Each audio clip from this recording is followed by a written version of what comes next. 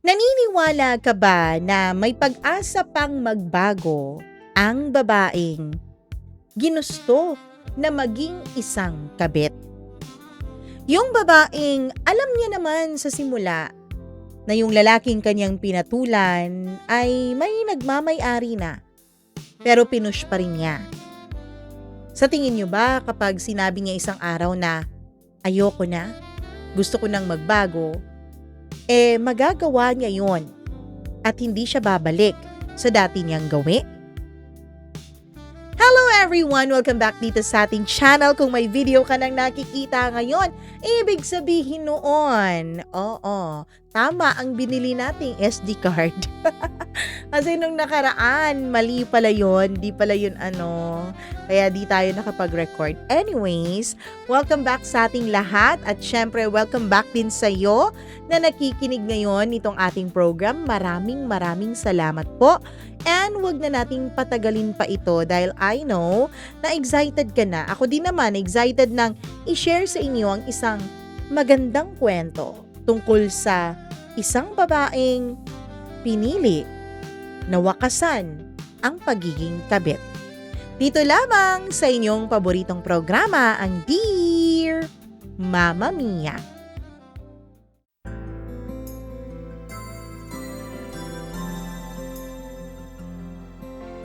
Lahat daw tayo ay bunga lang ng mga desisyon na ating pinipili sa araw-araw. Pero paano kung magkamali ka ng desisyon? Ibig sabihin ba nun, pangit at sira ka na bilang bunga? Meron nga bang pagkakataong baguhin ang isang malaking pagkakamali na nagawa mo sa iyong buhay? Dear Mama Mia, hello po sa inyong lahat. Tawagin niyo na lamang po ako sa pangalang Mel.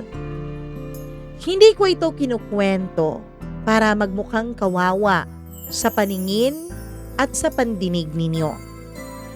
Hindi rin ako nandito para maghanap ng simpatsya mula sa iba. Mama Mia, sinulat ko po itong aking kwento dahil alam ko po na marami ang makaka-relate sa akin, lalo na sa panahon ngayon. At isa din po sa mga dahilan kung bakit ko ito isinulat ay para kahit papaano maibsan, kahit konti lang, yung bigat na matagal ko nang dinadala sa dibdib ko. Nagsimula ang lahat sa isang gabi ng piyesta.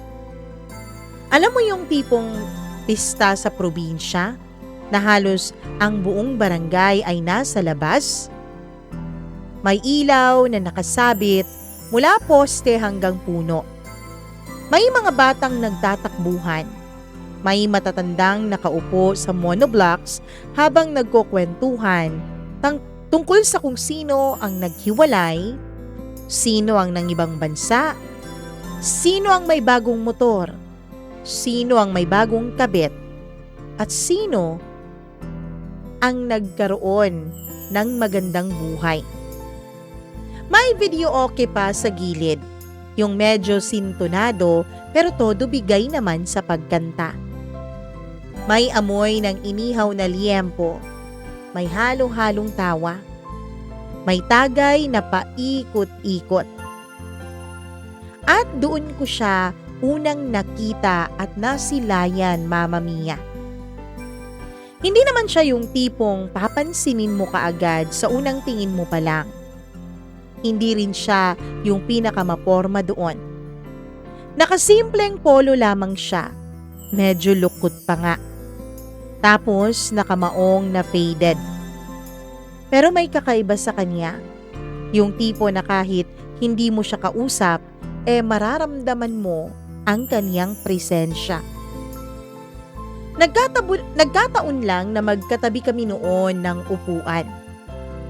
Pakisiksik na lang po para kasya lahat, sabi nung kapitbahay namin na para bang event coordinator ng barangay. Nagkatabi kaming dalawa. Magkalapit ang mga braso namin. na halos nakasingit na nga sa isa't isa nang hindi sinasadya. Sorry. Okay lang. Ako nga pala si Mel. Sabi ko nung magpakilala siya sa akin. Dylan, sagot niya sabay ngiti. Ngiti na hindi pilit, yung may kasamang konting hiya pero halata mo naman na may kumpiyansa. Hindi mo alam kung alak ba ang dahilan o sadyang madaldal lang talaga siya. Pero ilang minuto pa lang kaming magkatabi ay parang ang tagal na naming magkakilala. Corny siya kung magbiro, Mama Mia. Pero yung corny na nakakagaan sa pakiramdam. Alam mo, kaya ako kumakanta sa video okay para masanay yung kapitbahay namin sa mga sintonado. Para pag ako ulit, hindi na sila magreklamo. Napatawa ako. Hindi dahil dun sa joke niya dahil corny naman yun talaga, kundi dahil sa delivery niya sa kanyang joke. Minsan may mga taong hindi mo naman hinahanap, pero pag dumating, parang may maliit na switch sa loob mo na bigla na lang nag-on. Hindi ko alam noon na yun na palang simula ng isang kwento na ako rin pala ang masasaktan sa huli, Mama Mia. Oo na, alam ko naman eh.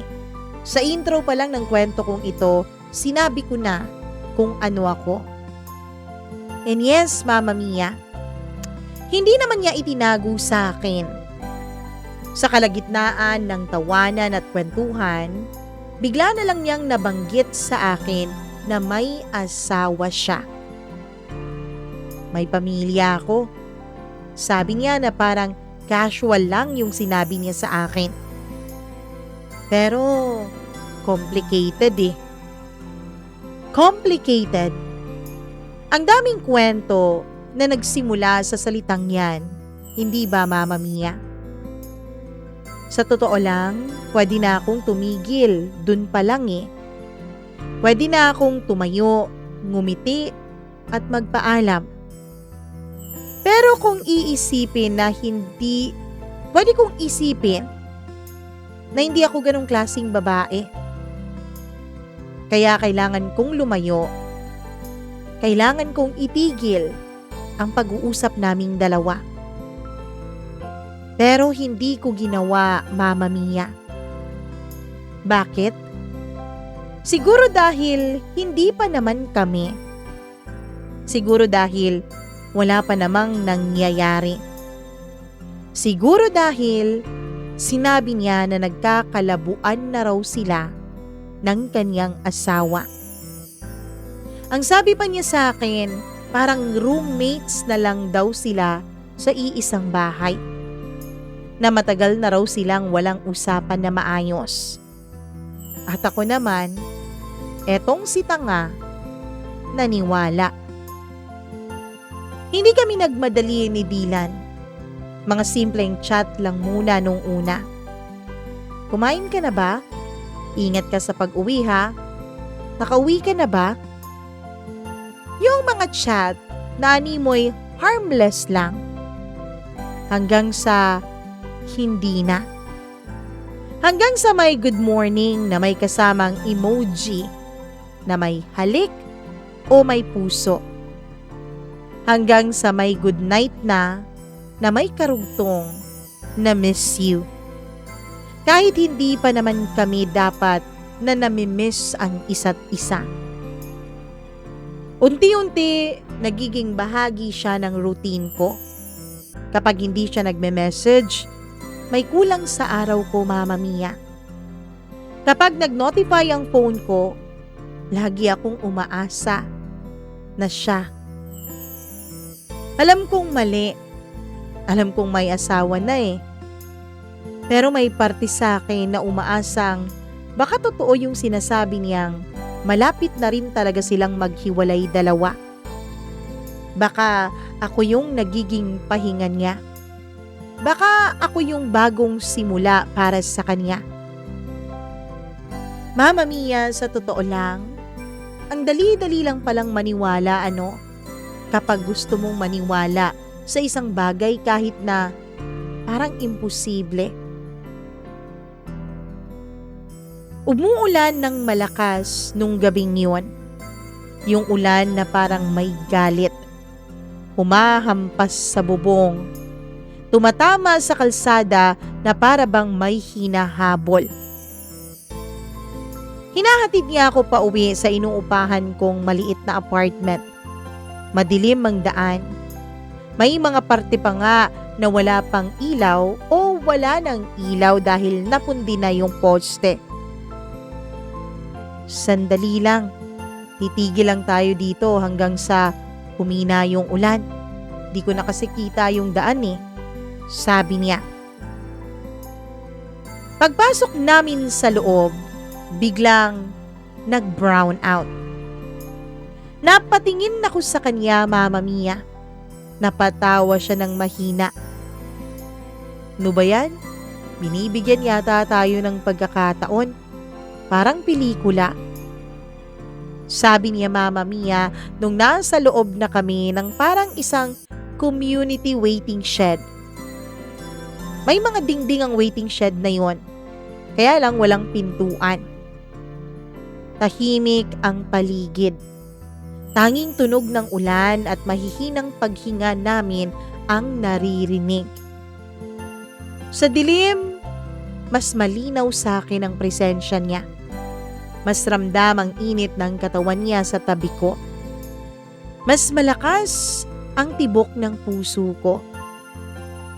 Hindi ko alam kung sino ang unang lumapit. Basta ang alam ko, Mama Mia, may sandaling pinili kong kalimutan na may asawa na siya. Pinili kong wag isipin ang salitang legal wife. Pinili kong maging selfish. Pinili kong unahin ang sarili ko. At syempre, Mama Mia, sa lugar na yon, kung saan madilim at malakas ang ulan, inisip namin na walang taong mapapadpad doon. Walang makakakita. Nung nilapitan niya ako, nung hinawakan niya ako, imbis na lumayo, ay nanginginig pa ako sa antisipasyon at excitement. Imbis na magpaalam, imbis na itulak siya, nung yakapin niya ako, ay yumakap pa ako pabalik sa kanya. At nung hinalikan niya ako, Mama Mia, sobrang panginginig ang nararamdaman ko. Hindi ko alam kung dahil ba sa lamig ng panahon at ng paligid, o dahil ba ang halik niya ay sobra pa ang sarap kesa sa mga imahinasyon ko noon. At oo, Mama Mia, sa isang pampublikong lugar, isang waiting shed na may mga dingding, doon may nangyari sa amin. Hindi ko na po idedetalye masyado. Hindi naman na siguro kailangan. Ang kailangan nyo lang malaman, matapos may mangyari sa aming dalawa ni Dylan, matapos kong isuko ang sarili ko sa kanya, dun ako tuluyang nahulog. Pero alam mo yung pakiramdam na habang masaya ka, may maliit na tinig sa loob mo na nagsasabing, parang ang ginagawa mo ay hindi tama, Mama Mia. Alam mo yung ganon? Ewan ko, pero ganon ang naramdaman ko. Mula nung may nangyari sa amin ni Dylan, ay halos araw-araw na may nangyayari sa aming dalawa. Pero sa bawat pagkakataon, napipigilan ko ang sarili ko.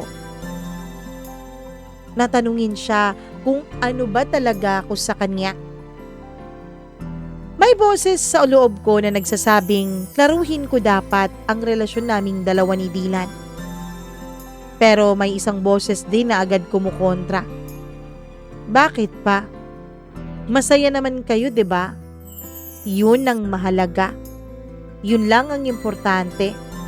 Yung nagmamahalan at masaya kayo. Pero Mama Mia, sa tuwing yakap-yakap niya ako, parang nararamdaman kong may ibang buhay na naghihintay sa kanya sa ibang lugar.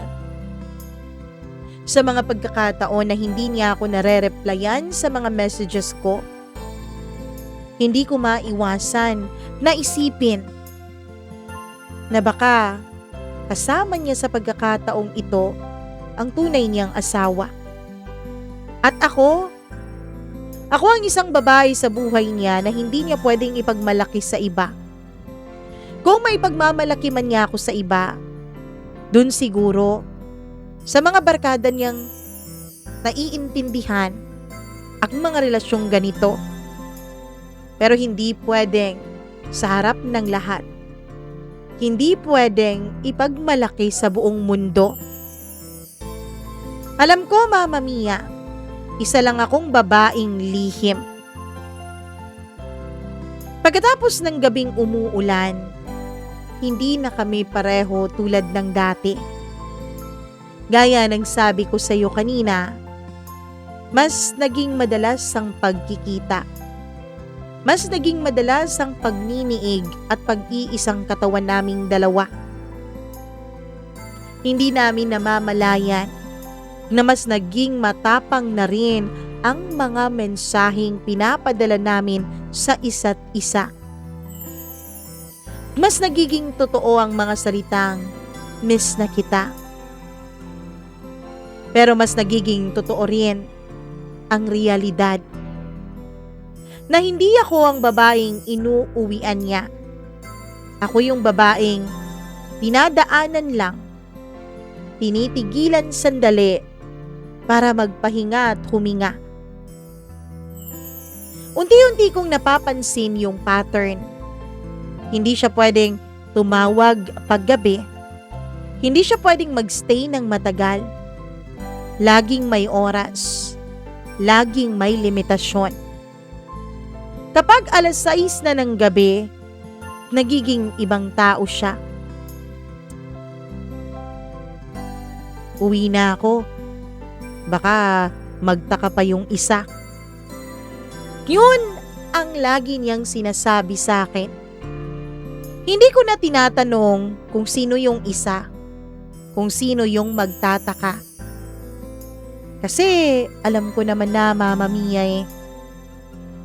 Minsan magkasama kami sa maliit kong sala. Nakahiga siya sa kandungan ko.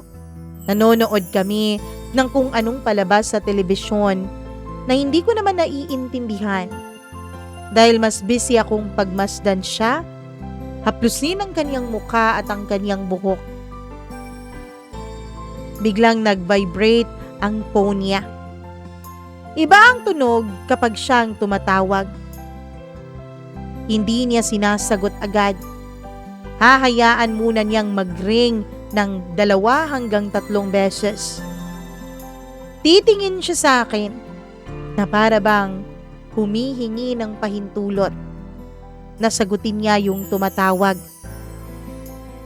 Tapos babangon siya. Kukuhanin ang cellphone niya. Sandali lang, sabi niya at lalabas siya. Minsan dun sa may balcony, minsan naman papasok siya sa loob ng CR. Pagbalik niya, parang walang nangyari. Pero ramdam ko, Mama Mia, ramdam ko na may parte ng buhay niya na hindi ko kayang pasukin. Hindi ko dapat pasukin. May mundong hindi ako pwedeng kilalanin. Isang gabi, Mama Mia, hindi ko na lang talaga napigilan ang sarili ko. Masaya ka ba? Tanong ko. Natigilan siya. Anong ibig mong sabihin? Sa'kin, sa'tin. Masaya ka ba sa'kin, Dylan? Masaya ka ba na ganito tayo? Tinitigan niya ako ng matagal. Parang hinahanap rin niya ang tamang sagot dun sa tanong ko. Oo naman. Ikaw lang nang nagpapagaan ng lahat sa'kin. Sagot niya. Ikaw lang ang nagpapagaan. Hindi ikaw ang mahal ko. Hindi ikaw ang pinipili at pipiliin ko. Para lang po akong katuwang, Mama Mia. Katuwang sa pagbubuhat ng mabigat na bagay. Dun pa lang dapat natauhan na ako, no? Pero hindi. Mas pinili kong kumapit. Ewan ko kung sadyang ganyan ba talaga kapag nagmamahal ka. Nagiging bulag, nagiging tanga, nagiging martir. Isang hapon, walang pasok noon kasi weekend. Nagpunta siya sa apartment ko, dala ang paborito kong flavor ng milk tea. Ano yan? Tanong ko. Peace offering, sagot niya. Para saan? Bakit? May giyera ba? Wala lang. Ang totoo, na-miss lang kita. Masaya ako noon, Mama Mia. Gaya ng ibang babaeng nagmamahal. Nakakakilig yung may mga just because things na ginagawa sa iyo ang isang lalaki. Yung kahit wala namang okasyon, di nyo naman monthsary, hindi mo naman birthday, hindi rin naman Valentine's Day, pero may mga paganon siyang effort. Tapos sasabihin niya, wala lang, na-miss lang kita. Hindi ba nakakakilig yun? At yung mga simpleng efforts na yun, sapat na para makalimutan ko ang lahat ng mali sa aming relasyon. Hanggang sa naiwan niya ang phone niya sa mesa. Hindi ko naman talaga balak pakialaman yun. Hindi ako ganong tao eh. Ayokong maging praning. Ayokong maging toxic, lalo na sa paningin niya. Pero biglang umilaw ang screen. May preview ng message, Mama Mia. Alam ko lahat, pero andito lang ako. Kami ng mga anak mo. Yun ang nabasa kong mensahe. Parang may malamig na tubig na binuhos sa ulo ko. Hindi ko na sana bubuksan eh. Hindi ko na dapat binuksan, pero binuksan ko pa rin. May isa pang message. Alam ko naman na magsasawa ka rin dyan. Yun ang masakit. Dyan. Hindi man lang ako pinangalanan. Mama Mia, hindi galit ang una kong naramdaman nung mabasa ko ang lahat ng yun. Hindi rin selos. Hindi bigat. Doon ay biglang nagiging totoo ang lahat sa akin. Oo nga pala. Bukod sa may babaeng araw-araw at gabi-gabing naghihintay sa kanya, may mga anak din sila. At ang mas masakit, Mama Mia, alam niya. Alam ng asawa niya ang tungkol sa akin. At pinipili niyang manatili. Pinipili niyang maging martir. Tinatanong ko noon ang isipan ko, ano ba? Katulad ko din ba siya? Nagiging martir ba siya dahil sa pagmamahal niya ng sobra kay Dylan? O baka naman iba ang pinaglalaban naming dalawa. Baka naman hindi para kay Dylan ang hindi niya pagsuko, kundi para sa mga anak nila. Napaupo ako, Mama Mia. Doon ko unang na-realize, hindi lang pala ako ang nasasaktan sa kwentong ito. Pagbalik niya galing sa banyo, hawak-hawak ko pa rin ang cellphone niya. Hindi ko itinago sa kanya na tiningnan ko yon. Pinakita ko talaga para makita ko rin ang kanyang totoong reaksyon. Hindi ako sumigaw, Mama Mia. Hindi rin ako nagwala. Tumingin lang ako sa kanya ng diretsyo. Dahil gusto kong malaman, diretsyo mula sa mga labi niyang totoo. Alam niya? Tanong ko. Nanlaki ang mga mata ni Dylan. At nung alam ba ng asawa mo ang tungkol sa ating dalawa? Tumahimik siya. Yung katahimikan na parang may sumabog pero walang tunog. Yung pagsabog na parang nabingi ka na lang. Ganong klaseng katahimikan, Mama Mia. Mel, makinig ka. Hindi lang pala isa ang anak ninyo. Mga anak pala. Napaupo siya sa tapat ko. Hinawakan niya ang kamay ko, Mama Mia. Mel, hindi na kami okay. Matagal na. Hindi kayo okay? Anong ibig sabihin nun? Hindi lang kayo okay ngayon pero magiging okay din kayo bukas, ganun ba?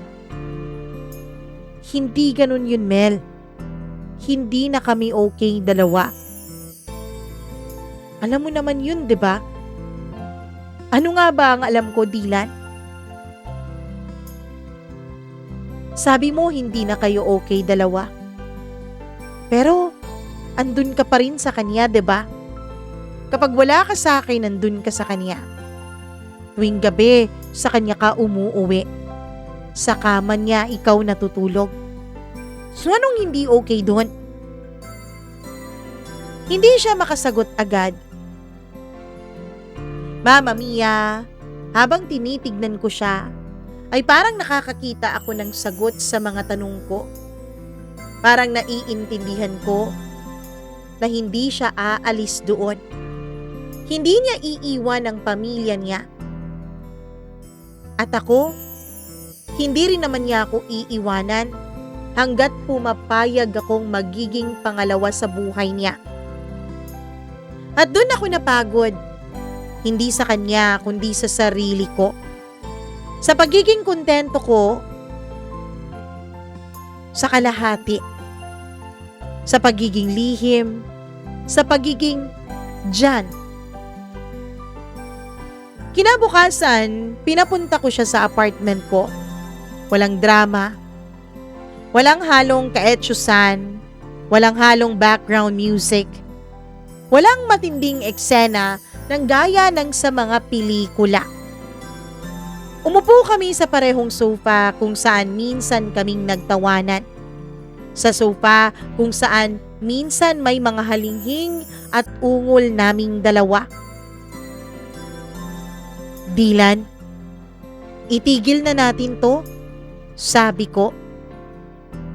Napatawa siya ng pilit, pero kitang-kita ko sa mga mata niya na kinakabahan siya, Mama Mia. Ano bang sinasabi mo, Mel? Itigil na natin to. Bumalik ka na sa pamilya mo ng buo. Mel, huwag ka namang ganito. Dylan, pagod na ako. Hindi ako galit sa mga tinago mo sa akin dahil ang totoo wala naman akong karapatan para malaman ang mga bagay na yun eh. Pagod na lang talaga ako, Dylan. Please, Palayain mo na ako. Tinitigan niya ako na parang hindi niya ako kilala. Hindi kita kayang mawala, Mel. Napangiti ako. Mapait na ngiti. Hindi mo ako kayang mawala, pero kaya mo akong itago. Dun siya natahimik. May ilang segundo na parang gusto niyang magsalita. Parang gusto niyang pigilan ako. Pero hindi niya ginawa. Kasi sa dulo ng lahat, alam naman naming pareho na hindi ako ang pipiliin niya. Ako ang kailangang pumili para sa sarili ko. Please, Dylan, umalis ka na. Hindi siya agad tumayo, Mama Mia. Pero nung tumayo siya, ramdam kong may bahagi ng puso ko ang sumunod sa kanya palabas ng pinto. Pagkasara ng pinto, dun lang ako umiyak. Hindi dahil iniwanan niya ako, kundi dahil ako na ang bumitaw sa aming dalawa. Walang confrontation na nangyari sa pagitan namin ng asawa niya. Walang paawa post, walang mga cryptic quotes sa Facebook. Block, delete, unfollow. Parang hindi ako dumaan sa buhay niya. Pero sa gabi, kapag tahimik na ang lahat, bumabalik sa akin ang mga alaala. Yung mga tawa niya, yung yakap niya, yung pakiramdam na minsan, pinili niya rin ako. Narinig ko na lang pagkalipas ng ilang buwan na may bago na naman daw si Dylan. Hindi na ako nagulat. Hindi na rin ako nasaktan. Ang naramdaman ko ay mas naawa ako sa asawa niya. Pero mas lalo akong natauhan dahil doon. Siguro hindi talaga ako ang problema. Siguro hindi rin yung asawa niya. Siguro si Dylan lang talaga ang hindi marunong makontento. At ako, natuto ako na hindi sapat ang complicated, na hindi sapat ang ikaw lang ang nagpapagaan. Na kung kailangan mong itago ang pag-ibig, hindi yun totoong pag-ibig. Akala ko, Mama Mia, kapag blinak ko siya, matatapos na ang lahat. Hindi pala ganun kadali. Mas maingay ang mundo kapag wala na siyang boses sa cellphone ko. Sa umaga, oo, kaya ko kasi abala ako sa trabaho. Ngumingiti ako kapag may kausap. Tumatawa kapag may nagjo-joke na office mate ko. Normal. Parang normal na tao. Pero tuwing gabi, dun siya bumabalik sa buhay ko. Hindi bilang isang tao at kalaguyo, kundi bilang alaala. Yung pwesto niya sa sofa, yung mug na lagi niyang ginagamit, yung pabango niya na parang nakakapit pa sa kurtina at mga kumot ko.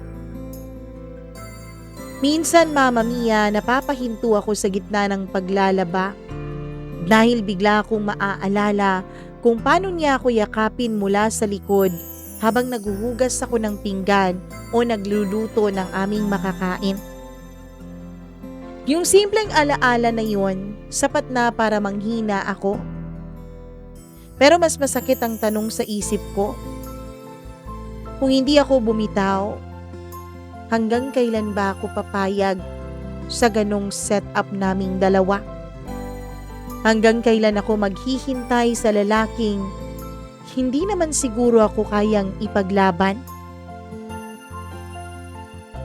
Habang lumilipas ang mga linggo, mas nagiging malinaw ang mga bagay na dati kong pinipilit palabuin. Naaalala ko yung mga pagkakataon na hindi siya available, lalo na tuwing may mga mahahalagang okasyon. Kapag birthday ko, oo, sinasamahan naman niya ako pero maaga pa rin siyang umaalis. Kapag Pasko, hindi kami pwedeng magkita. Kapag bagong taon, lagi siyang busy dahil kaliwat kanan daw ang mga family reunion. Busy sa pamilya.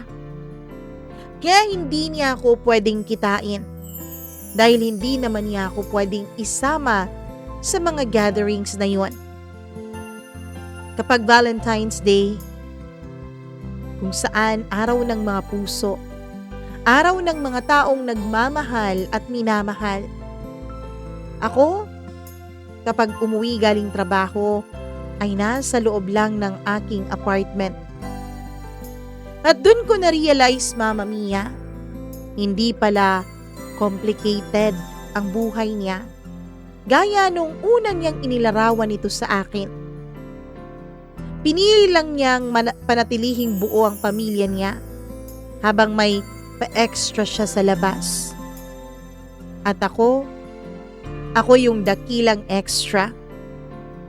Ang sakit pala tanggapin na kahit gaano ka magmahal, kung hindi ka priority, hindi ka pa rin pipiliin. Minsan, Mama Mia, sa sobrang pag-iisip ko, napatanong ako sa sarili ko, bakit ba ako pumayag? Ganun ba ako kadesperado? Hindi ba ako kamahal-mahal? Hindi ba ako kapili-pili? Kaya pumayag na lang ako sa ganong setup? Hindi naman ako kulang. May trabaho naman ako. May mga pangarap. Hindi lang ako sigurado kung may respeto ako sa sarili ko. Bakit nung dumating siya, parang handa kong isuko ang lahat? Akala ko dati isa akong babaeng puno ng moralidad. Pero nung dumating siya, handa akong maging immoral para sa kanya. Siguro dahil sa pakiramdam na may taong pumili sa'yo kahit sandali lang. Siguro dahil sa validation. Siguro dahil takot ka na baka kapag pinalampas mo pa ito, wala nang ibang darating pa. 3 buwan matapos ang hiwalayan naming dalawa ni Dylan, isang hapon pauwi ako galing palengke. May dala akong mga gulay at isda at pawisan ako at saka pagod. Hindi ko inaasahan na makikita ko siya. Nasa kabilang kalsada siya, Mama Mia. Kasama niya ang asawa niya at ang 3 anak nila. Parang may sumuntok sa sikmura ko. Hindi dahil sa gusto ko pa siya o nagsiselos ako, kundi dahil ngayon ko lang nakita ang buong larawan. Napilit niyang ipinipinta noon sa ibang direksyon. Yung babae, simple lang, nakasuot ng blouse at maong, hawak ang kamay ng pinakamaliit nilang anak na yun yata yung bunso. Hindi naman siya mukhang galit, hindi rin siya mukhang miserable. Mukha lang siyang pagod. Parang ako. Saglit kaming nagkatitigan ni Dylan. May gulat sa mga mata niya. Pero hindi siya lumapit. Hindi rin siya ngumiti at hindi rin siya nag-react ng kahit na ano. Parang hindi niya ako kilala. Oo nga pala. Bakit niya ipapakita na kilala niya ako? Ako naman ang naging sikreto niya, 'di ba? At sila yung realidad niya. Mama Mia, sa unang pagkakataon wala po akong naramdaman ni katiting na selos. Ang tanging nararamdaman ko noon ay awa. Naawa ako sa asawa niya, sa mga anak niya. At oo na, aaminin ko, maging sa sarili ko, Mama Mia. Oo, naawa ako sa sarili ko. Kasi, naging desperado ako. Naawa ako sa sarili ko dahil Pinili ko na magpakabulag, pinili ko na magpakatanga, at pinili kong mahalin at ibigay ang sarili ko sa kanya. Kahit na wala naman siyang maibibigay ni kahit na ano sa akin. Hindi ko alam, Mama Mia, kung bakit nagpapakabulag tayo sa isang pag-ibig na wala naman yatang balak na dalhin tayo hanggang dulo. Pag-uwi ko ng bahay, hindi ako umiyak. Bagkus ay iniligpit ko na muna at inayos ang mga pinamalengke ko. Para akong robot, naglakad, nagayos, nagluto, naghugas ng mga pinaglutuan at mga pinggan, kumain, naghugas ulit.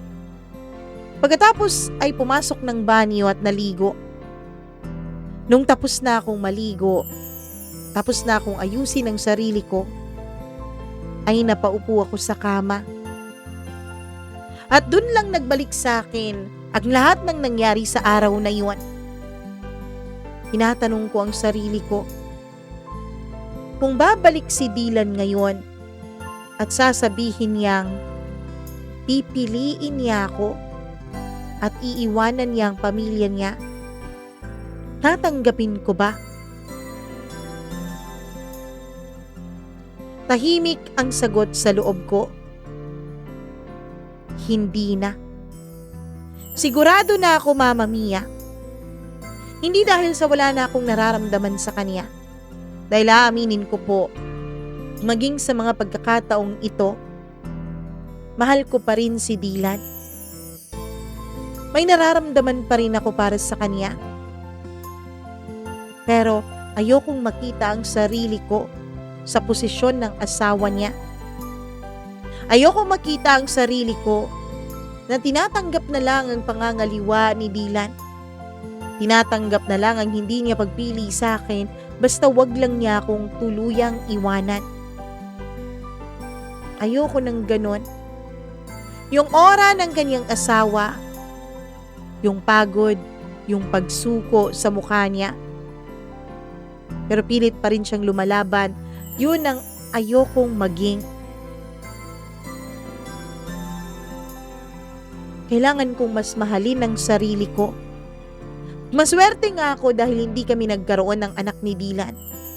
O mas masasabi kong mas maswerte ako dahil hindi ako ang naging asawa niya. Pero hindi po naging ganun kadali. Kung akala nyo madaling iwanan ng kasalanan, madaling talikuran ng taong minahal mo rin ng totoo, nagkakamali po kayo. Napakahirap at napakabigat nun sa dibdib. Kaya naman ang ginawa ko, Mama Mia, pinuno ko ang oras ko para hindi na ako magkaroon ng pagkakataon na isipin siya, na iyakan siya, na mamiss siya. Nag-enroll ako sa online course. Tuwing umaga, nagja-jogging na rin ako, Mama Mia. Kahit na ayoko ng ganon, gusto ko lang may pagkaabalahan. Gusto ko lang hindi siya pumasok sa isipan ko. Kaya kahit hindi ako mahilig mag-exercise, nagja-jogging ako tuwing umaga. Nagbasa na rin ako ng mga librong matagal ko nang gustong simulan. Hindi madali. Ang hirap. Dahil sa totoo lang, mas madaling sumuko eh. Mas madaling i-text siya, tawagan siya. Mama Mia, may mga gabi po na gusto ko na ring marinig ang boses niya. May mga gabi na gusto kong i-unblock siya sa mga social media accounts ko. Pero bawat sandali na naiisip ko yung message ng asawa niya na nabasa ko sa cellphone niya, nandito lang ako. Kami ng mga anak mo. Yun ang nagpapabalik sa akin sa realidad. Hindi ako pinalaki ng mga magulang ko para maging lihim. Hindi ako pinalaki ng mga magulang ko para maging pangalawa sa buhay ng isang lalaki. Hindi ako nabuhay para maging pansamantala. Isang gabi, Mama Mia, nag-message sa akin ng kaibigan ko. Ang kaibigan ko na ito, minsan po, nakita niya kaming nagde-date ni Dylan. Nagpakilala si Dylan sa kanya bilang boyfriend ko. Walang kaalam-alam ang kaibigan ko na ito na si Dylan ay may asawa na. Wala siyang kaalam-alam na ako ay pangalawa. Uy Mel, nakita ko si Dylan. May kasamang ibang babae. Hindi ako nasaktan. Hindi na ako naggulat, Mama Mia. Pero nung chinat niya sa akin yung picture ni Dylan kasama nung babae, kahit nakatalikod ito at nakaakbay si Dylan sa kanya, alam kong hindi ako maaaring magkamali. Hindi yun ang asawa ni Dylan. Katawan pa lang, alam kong hindi na yun siya. Pero yung lalaki, alam kong si Dylan yun. Kilalang kilala ko siya. Mama Mia, kahit na medyo nagtaka ako, medyo na-disappoint ako dahil may ibang babae na naman si Dylan, may parte sa akin na tila nagsasabing, "See? Sabi ko sa'yo, hindi ka special eh." Oo nga. Hindi nga ako special. Hindi ako unique. At hindi ako ang huli. May pattern si Dylan. At ako, naging bahagi lang po ng pattern na yun. Doon ko na-realize na hindi pala ako natalo. Nakawala ako, Mama Mia. Yung asawa niya, wala rin siguro ako sa posisyon para sabihin na natalo siya. Kasi siya naman ang pumili nun eh. Siya ang pumili na dun lang talaga siya sa tabi ni Dylan. Siya ang pumiling wag umalis. Siya ang pumiling manatili. Yung bagong babae ni Dylan, hindi ko alam kung alam niya ang pinapasok niya. Hindi ko alam kung ginamit din ba ni Dylan sa kanya yung strategy na ginamit nito sa akin. Yung may asawa ako pero malabo na kaming dalawa. Complicated na. Mama Mia, matagal po. Matagal na bago ko natanggap ng buong buo sa sarili ko na oo, naging kabit ako. Oo, muntik na akong maging dahilan para mawasak ang isang pamilya, para mawalan ng ama ang 3 bata. Masakit aminin, pero alam kong mas masakit kung patuloy kong itatanggi ito. Hindi ako perpektong tao. Hindi rin ako perpektong babae. Pero alam ko, Mama Mia, hindi rin naman ako biktima lang. Alam kong may choice naman ako noon eh. Pero pinili ko na magkamali. Pinili ko siya. Pinili kong subukan ng mali. Para lang maranasan kung paano ang mahalin niya. Pero hindi na siguro yun mahalaga. Ang mahalaga, kahit pinili kong magkamali, pinili ko ring ituwid ito. Pinili ko ring umalis. Mama Mia, alam ko po hindi lahat may lakas ng loob para bumitaw, para magbago, para bitawan ang pagkakamali. Ang pagkakamaling nakaka-addict. May mga taong mas pinipiling manatili bilang kalahati kaysa mag-umpisa ulit sa wala. Ako, ayoko ng may kahati. Ayoko ng kalahati lang kay Dylan. Kaya pinili kong magsimula ulit. At sa bawat umaga na gumigising ako nang hindi naghihintay ng message mula sa lalaking may asawa, alam kong kahit malungkot, kahit nag-iisa, ay tama po ang ginawa ko. Mama Mia, hindi naman talaga si Dylan ang unang lalaking umalis sa buhay ko. Bata pa lamang ako, sanay na akong maiwan. OFW ang tatay ko. Isang beses kada 2 taon lang siya kung umuuwi. Kada alis niya, umiiyak ako. Umiiyak ako sa may pintuan habang hawak ang laylayan ng pantalon niya. Babalik ako agad, anak. Yan ang lagi niyang sinasabi. Pero ang agad, minsan umaabot ng mahigit 2 taon. Lumaki akong marunong maghintay. Maghintay ng tawag, maghintay ng padala, maghintay ng presensya, na para bang naghihintay lang na makilimos sa konting atensyon. Siguro nga, Mama Mia, dun nagsimula ang lahat. Yung pakiramdam na okay lang na hindi palagi, basta may konti. Basta may assurance na babalik. Okay lang. Kahit konti lang ang panahon para sa'yo. Ang importante, pinupuntahan ka pa rin.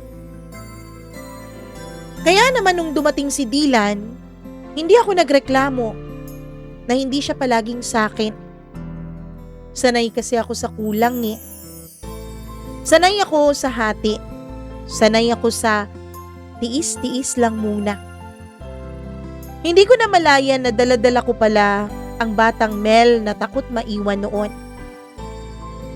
At kaya kahit alam kong may asawa siya, ang nasa isip ko lang, okay lang yun. Basta pupuntahan pa rin niya ako. Basta bibigyan pa rin niya ako ng katiting na atensyon.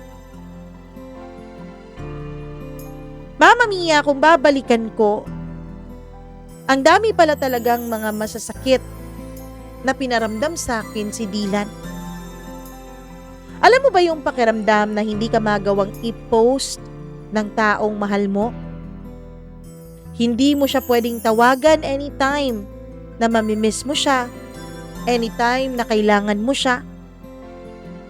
At alam mo yung sakit ng pakiramdam na yung alam mong ikaw ang laging nag-a-adjust?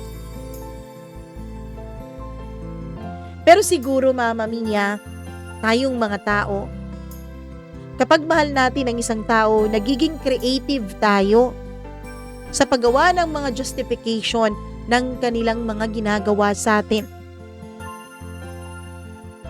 Kaya kanya hindi ipopost, hindi dahil hindi kanya mahal. Private lang talaga siyang tao. Busy lang talaga siya. Respeto na lang sa pamilya niya habang hindi pa sila officially hiwalay ng kaniyang asawa. Ang dami-dami kong dahilan noon para hindi ko makita ang totoo. Pininturahan ko ng pink ang mga red flags niya, Mama Mia. Ginawa kong romantic ang pagiging lihim at pribado. Ginawa kong sakripisyo ang pagiging second option. Pero sa totoo lang, nasanay lang talaga ako sa katiting na atensyon. At natakot ako na baka kahit yung katiting na atensyon na yun, bigla-biglang mawala sa akin.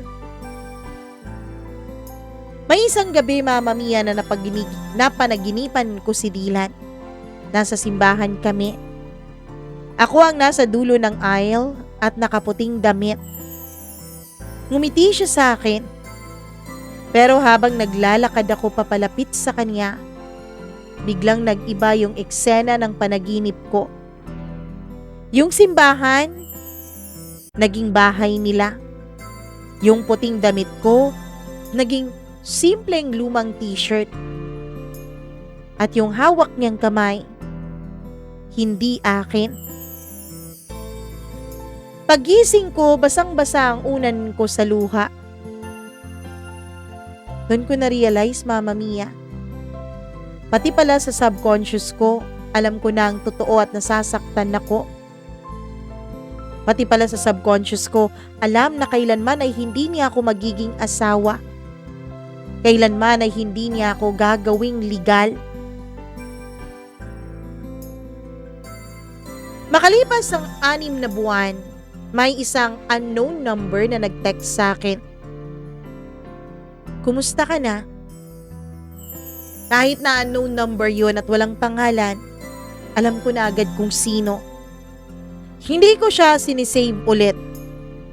Pero kabisado ko ang paraan ng pagtitext niya. Maikli, walang emoji. Tumibok ang puso ko. Isang bahagi sa akin ang gustong sumagot. At isang bahagi ang gustong magtanong. Bakit ka nagtitext? Malaya ka na ba? Iniwanan mo na ba sila? Pero wala akong ginawa ni isa sa mga gusto ko. Tiningnan ko lang ang message at pagkatapos ng ilang minuto ay dinelete ko ito. Hindi dahil sa galit ako, Mama Mia, kundi dahil alam kong kapag sumagot ako, babalik na naman ako sa umpisa. At ayokong maging babae ulit na laging naghihintay sa katiting niyang pagmamahal. Mama Mia, napakahirap po. Dahil hindi lang doon natapos ang pangungulit niya. Iba-ibang number ang ginagamit niya para i-text ako. May mga, mahal kita. Kung mahal mo ko, sana nahintay mo ko na maayos ko ang buhay ko. Kung may babalik ko lang sa dati ang lahat, Mel, hindi ako magpapakasal agad. Kung alam ko lang na makikilala kita, hinintay sana kita. Yun. Kung ano-anong mga mensahe. Mga matatamis na mga mensahe na kung hindi ka magiging alisto at hindi ka magpapakatatag ay siguradong mabibihag ka. Hanggang sa lumipas ang mahigit 1 taon matapos ang lahat. May bagong empleyado sa opisina. Tahimik siya. Hindi showy, hindi ma-joke tulad ni Dylan. Pero consistent siya. Kung anong sinasabi niya, siyang ginagawa niya. Kung anong oras ang usapan, lagi niyang sinusunod. Hindi siya nagtitext ng madaling araw. Hindi rin siya nawawala kapag weekend. Hindi naman siya sweet. Hindi siya romantic. Di katulad ni Dylan. Pero may respeto siya. Nung una, Mama Mia, hindi ko siya pinapansin. Kasi may trauma pa ako eh. Ayoko maulit-ulit yon. Ayoko magkamali ulit. Mas gugustuhin ko nang maging mag-isa habang buhay kaysa gawin ulit yung pagkakamali ko dati. Pero napansin ko, Mama Mia, magkaiba silang dalawa ni Dylan. Hindi siya nagmamadali. Hindi siya nang pe-pressure. At higit sa lahat, wala siyang komplikadong pamilya. Wala siyang tinatago na baho sa buhay niya. Walang tinatagong asawa o mga anak. Isang araw, nagyaya siyang magkape sa akin. Simple ang pagyayaya niya. Walang komplikasyon.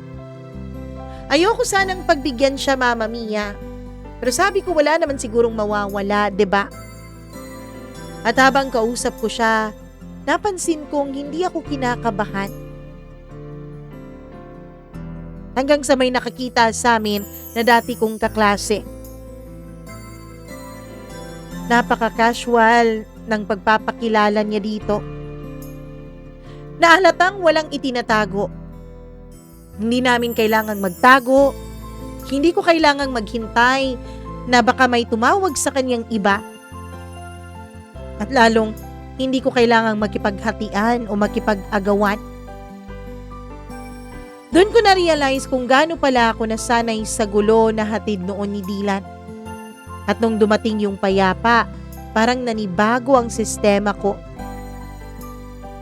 Isang gabi, Mama Mia, habang mag-isa ako sa apartment ko, tinanong ko ang sarili ko, kung hindi ba dumating si Dylan, matututo ba ako? Kailangan ko ba talagang dumaan sa phase na yun ng buhay ko? Kung saan naging kabit ako para matuto, para ma-appreciate kung anong dumating sa akin ngayon? Siguro nga, Mama Mia, oo. Siguro kailangan kong masaktan para makita ang tunay kong halaga. Hindi ko po pinagsisisihan na minahal ko si Dylan. Ang pinagsisisihan ko lang ay nakalimutan kong mahalin ang sarili ko habang ginagawa ko yon. Nakalimutan kong respetuhin ang sarili kong pagkababae. Ngayon kapag naiisip ko si Dylan, wala na po yung kirot. Oo, may konting lungkot. Pero mas malaki ang pasasalamat na nararamdaman ko. Kasi kung hindi siya dumating noon, hindi po ako matututong bumitaw sa mga bagay na hindi ko naman deserve. Baka hanggang ngayon, people pleaser pa rin ako. Baka hanggang ngayon, natutuwa na ako sa katiting na atensyon mula sa ibang tao. Mama Mia, sa mga nakarinig nito ngayon, huwag niyo na pong subukang maging kabit. Hindi po maganda sa pakiramdam. Ako, ayoko nang maging kabit kahit kailan. Hindi kay Dylan, hindi sa kahit na kanino. At ayoko nang magiging ending ng kwento ko dito sa mundo ay naging kabit ako. Gusto kong baguhin yon. Gusto kong gawan ng magandang ending ang kwento ko. At sa ngayon, Mama Mia, mukhang papunta na kami doon ni Jerome. Yung sinasabi ko sa inyo na bagong kasamahan ko sa trabaho. As of now, getting to know each other pa kami. Hindi ko pa alam kung saan hahantong to, pero hindi ko po mamadaliin. Hanggang dito na lang, Mama Mia, at maraming salamat sa napakagandang programa mo. Lubos na gumagalang, Mel.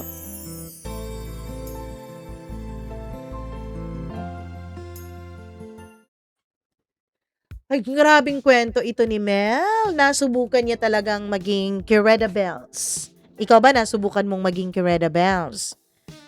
Minsan siguro may mga tao talaga or siguro it's human nature na kapag may nagkakagusto sa atin, kapag parang pinipili tayo, parang nagagandahan sa atin, pakiramdam natin yun na ang peak eh. Pakiramdam natin na parang nakakalamang na tayo sa iba. Lalo na kapag nagugustuhan tayo ng mga taong may kasama na. Kasi feeling natin siguro, ay, kahit may asawa na siya, may nag-aalaga na sa kanya, ako pa rin yung gusto niya. Parang ganon. Parang nakaka-boost ng ego. Pero sa totoo lang, hindi naman talaga yung nakaka-boost ng ego kung tutuusin. Parang nakakababa pa nga ng pagkatao kasi parang wala kang delikadesa. Parang wala kang respeto sa sarili mo. Which is, para sa akin, bukod sa pagmamahal ng Diyos sa'yo, yun ata ang dapat highest form of loving. Yung pagmamahal mo sa sarili mo to the point na ayaw mong binabastos ka ng iba. Pero kapag ikaw mismo, binabastos mo ang sarili mo dahil pumapayag kang maging number 2, Kirida, Mistress, Kabit, yun yata ang pinaka masakit na pakiramdam para sa sarili mo. So sa mga nasa mga ganong sitwasyon ngayon, naku po, hanggat maaga pa, hanggat kaya pa, umalis na kayo dyan, diba? Tignan nyo nga si Mel, na kaya niya, gawin nyo siyang inspirasyon para makaya nyo yun.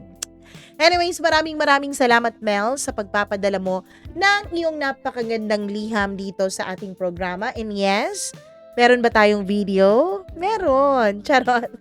Maraming thank you. At sa mga nakikinig at nanonood ngayon, Kung nagustuhan niyo po ang kwento ni Mel, please do not hesitate to like at share this video. At syempre, ano pa bang iniintay nyo? Pasko ulit? Mag-subscribe naman na po kayo kung hindi pa po kayo subscriber nitong ating channel at i-click nyo po yung notification bell para lagi kayong na-update kapag meron tayong bagong upload. At syempre, lubos ang pasasalamat ng inyong Mama Mia sa atin pong mga subscribers na nagpa-members din sa atin. Maraming salamat po sa pagmamahal ninyo. Ang pinakabago nating member, ayan po si Miriam Gutierrez. Maraming salamat Miriam. Kay Rose Arevalo, ayan, bago rin nating member yan. Si Mary Ann Hineza, Marlia Giana Shane, Rico Sidanco, Gimaras Girl, Colleen Bueno, Benson Boisers, Mac Dax, Dayan Martinez, Maria Elena Abe, Maureen Tugab, Gail Easy, Mila Raduban at Freaky.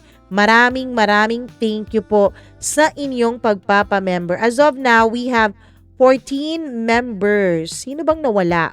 Parang may nawala Kasi dapat 15 na kasi may bago. Well, anyways, sa mga gustong magpa-member naman dyan, siguraduhin nyo muna na kayo po ay subscriber.